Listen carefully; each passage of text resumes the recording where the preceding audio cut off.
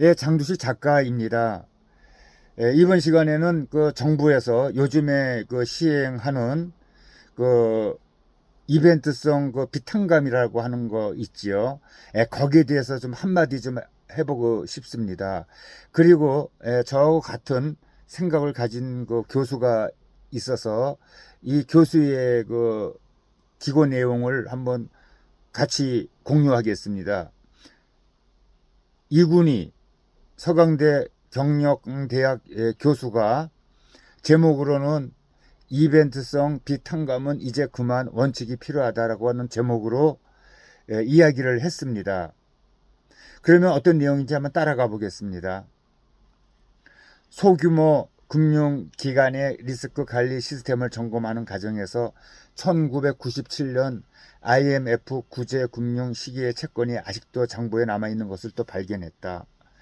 폐기 규정이 없어서 임의로 또 소각하면 배임이 되기 때문에 보감되어 있다고 한다. 채무자가 30년 가까이 추심의 그림자 아래에서 사회적 불이익을 당하고 있다는 사실에 마음이 무거웠다.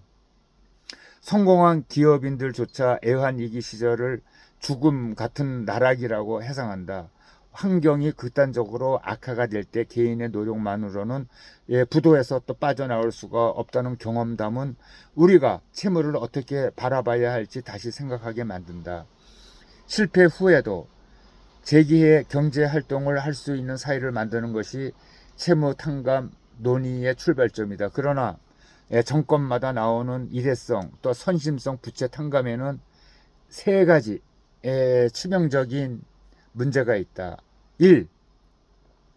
안 갚아도 된다는 도덕적 해이가 들 수가 있다는 거죠. 그다음 두 번째, 정치적 결정으로 인한 금융 시스템이 불확실성의 또 확대. 예, 금융기관에서 빚을 독촉을 하더라도 또 뭐 정부가 바뀌면 또 탕감해주지 않나 그런 그 기대 심리가 또 있을 수도 있겠죠. 세 번째, 성실 상한자에 대한 역차별이라는 부작용을 안고 있다. 예, 여기서 세 번째는 제 그 개인적인 생각으로는 내가 빚이 있고 채무가 있을 때는 이것을 갚기 위해서 굉장히 노력을 하고 조금씩이라도 갚아서 완전히 그 변제를 하는 경우가 우리 주변에서 많이 있습니다. 그런데 이거 빚이 있는데 갚지 않고 그건 그대로 놔두면 이제 그 예를 들어서 빚에 대한 그 이자만 내게 되면은 정부에서 또 알아서 빚을 탕감해 준다고 하는 경우에는 누가 그 힘들게 벌어가지고 그 원금을 갚으려고 노력을 하겠습니까? 이게 잘못된 거라고 생각하거든요. 정부가 바뀔 때마다 이런 일이 있어서는 안 되죠. 빚이 있고 없고는 그 사람의 책임이지 정부에서 대신해서 변제해 줄 필요는 없는 것 같다고 생각합니다. 물론 이제 빚이 많은 사람들, 도저히 빚을 갚기 힘든 사람은 나한테 이렇게 이거 하소를 돌릴 수도 물론 있겠지만은 그래도 그건 아니라고 생각합니다. 예, 계속 한번 읽어보겠습니다. 부채 탕감 정책이 남용이 되면 건전한 신용 질서는 또 붕괴가 된다. 실제로 홍콩은 파산 기준을 완화한 1998년에는 파산 신청이 893건이었지만은 2000년에는 무려 5487건으로 아주 폭증했다. 우리 정부의 이번 탕감 조치로 예상되는 수혜자 113만 명도 앞으로 더 늘어날 가능성이 크다. 다음 탕감을 기다리며 연체로 버티는 사람이 더 많아진다는 뜻이다. 해법은 기원전 유대인의 주빌리 제도에서 또 찾을 수가 있다. 7년 곱하기 7주기를 지난 50번째 해에 토지 또 부채 노예를 원상 회복해주는 제도다. 요거 내용은 좀 어렵습니다만 한번 읽어보겠습니다. 부의 편중을 차단하고 재기를 돕는다. 예측 가능한 시간을 만드는 효과도 얻는다. 미국, 영국 등 선진국에도 연체 이후 3에서 6년이 지나면 추심을 제한하고 7년 뒤 신용정보를 또 삭제한다. 반면 한국은 정치 일정에 맞춘 특별 사면을 또 반복한다. 정부가 바뀔 때마다 탕감해 준다는 거죠. 그리고 점점 이제 유리한 그 정책으로 나가는 거죠. 그러면은 점점 이게 악순환이 되고 돈 빌려서 누가 돈을 갚겠습니까? 안 갚죠. 주빌리 제도를 현대 금융 시스템에 맞게 적용할 수는 없을까? 일정 기간 예컨대 7년 이상 연체가 된 무담보 소액 채권을 법으로 자동 소각하고 수심을 금지하는 자동 만기 부채 탕감 제도를 구성해 볼 수 있다.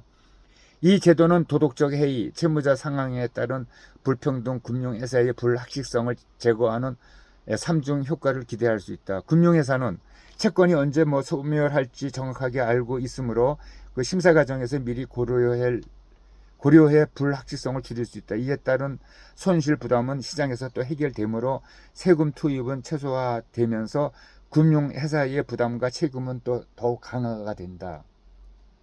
게다가 채무자 모두에게 동일한 규칙이 또 적용이 되므로 전액 또는 부부 탕감이라는 차별이 또 사라진다. 채무자는 최대 7년 후에 재기할 수 있다는 기대를 할 수 있게 된다. 또한 정권이 출범할 때마다 반복되는 기대 심리, 부채의 악순환이 끊어지면서 포퓰리즘의 정책 개입을 최소화할 수 있다. 장기 부채에 쌓이는 가계의 경제적 재해를 일으켜 내수 활성화로도 이어질 수 있는 긍정적 효과를 또 기대할 수 있다. 언젠가 또 탕감이라는 신호는 신용 질서를 아주 무너뜨리고 건전한 금융시장을 또 애곡시킬 수가 있다. 이와 반대로 책임은 미리 반영되고 빚은 유한하다는 철학은 그 시장을 안정적이고 투명하게 만든다. 금융회사는 예측 가능한 환경에서 시장을 바라볼 수 있으며 채무자는 실패를 경험 삼아 업그레이드된 경제활동을 할 수 있는 기회가 또 주어진다. 이제는 정치, 이벤트성 채무 탕감을 지향할 때가 됐다.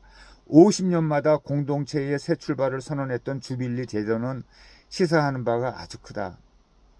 시장의 그 패러다임을 바꾸는 구조를 제도화하는 원칙을 중심으로 지속 가능한 대한민국을 설계해야 한다. 네, 아주 제대로 짚어서 얘기한 것 같습니다.